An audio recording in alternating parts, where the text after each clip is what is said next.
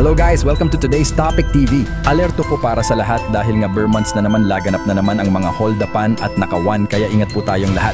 Dahil dito sa Marikina City, 10:40 ng gabi araw ng Biyernes, naganap ang isang insidente ng hold-up sa isang branch ng Zoom Vape sa Tumana, Marikina. Makikita sa video habang naghihintay ng customer ang dalawang staff ng tindahan. Tatlong kalalakihan ang nagdeklara ng hold-up, ang dalaway pumasok sa loob, habang ang isa na may nagsilbing lookout sa labas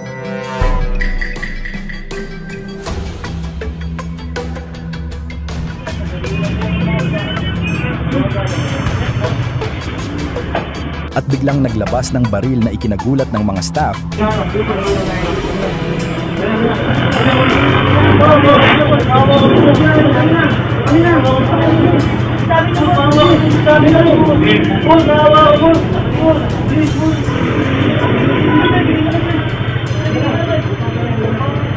Kinuha nito ang cellphone at wallet ng isa sa mga staff, pero ang kanila talagang target ay ang motor ng isang staff na nakaparada sa labas. Pilit na kinuha sa kanya ang susi nito habang nagmamakaawa naman ang mga biktima na wag itong kunin sa kanya. Subalit wala na itong nagawa pa dahil binantaan siya na babarilin siya ng isa sa mga suspect.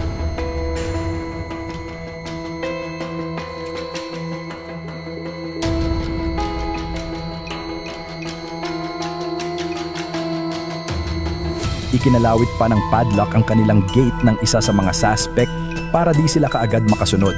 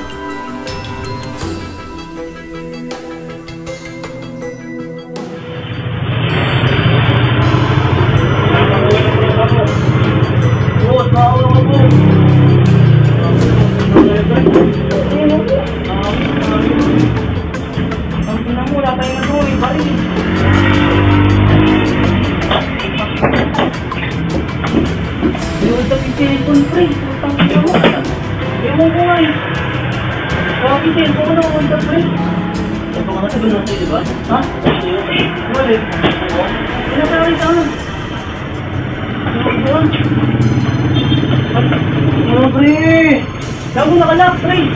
Ito nga ito. Wala nga eh. Nakakain na ito dito eh. Natroma at hindi makapaniwala ang mga biktima sa mga pangyayari. Kaagad namang tumugon ang kapulisan sa kanilang tawag, iniimbestigahan na ang mga pangyayari at sa pagkakakilanlan ng mga suspect. Naghahanap pa sila ng ibang anggulo para makita at malaman ang plate number ng mga motor na ginamit ng mga salarin. At kung sino man daw po ang nakakakilala sa mga ito ay ipagbigay alam agad sa mga kinauukulan. Sama-sama po tayong sugpuin ang mga ganitong krimen at masamang gawain. Pakishare na rin po ang babalang ito para mas maraming makaalam at makaiwas. This is today's Topic TV. Stay safe and stay alert.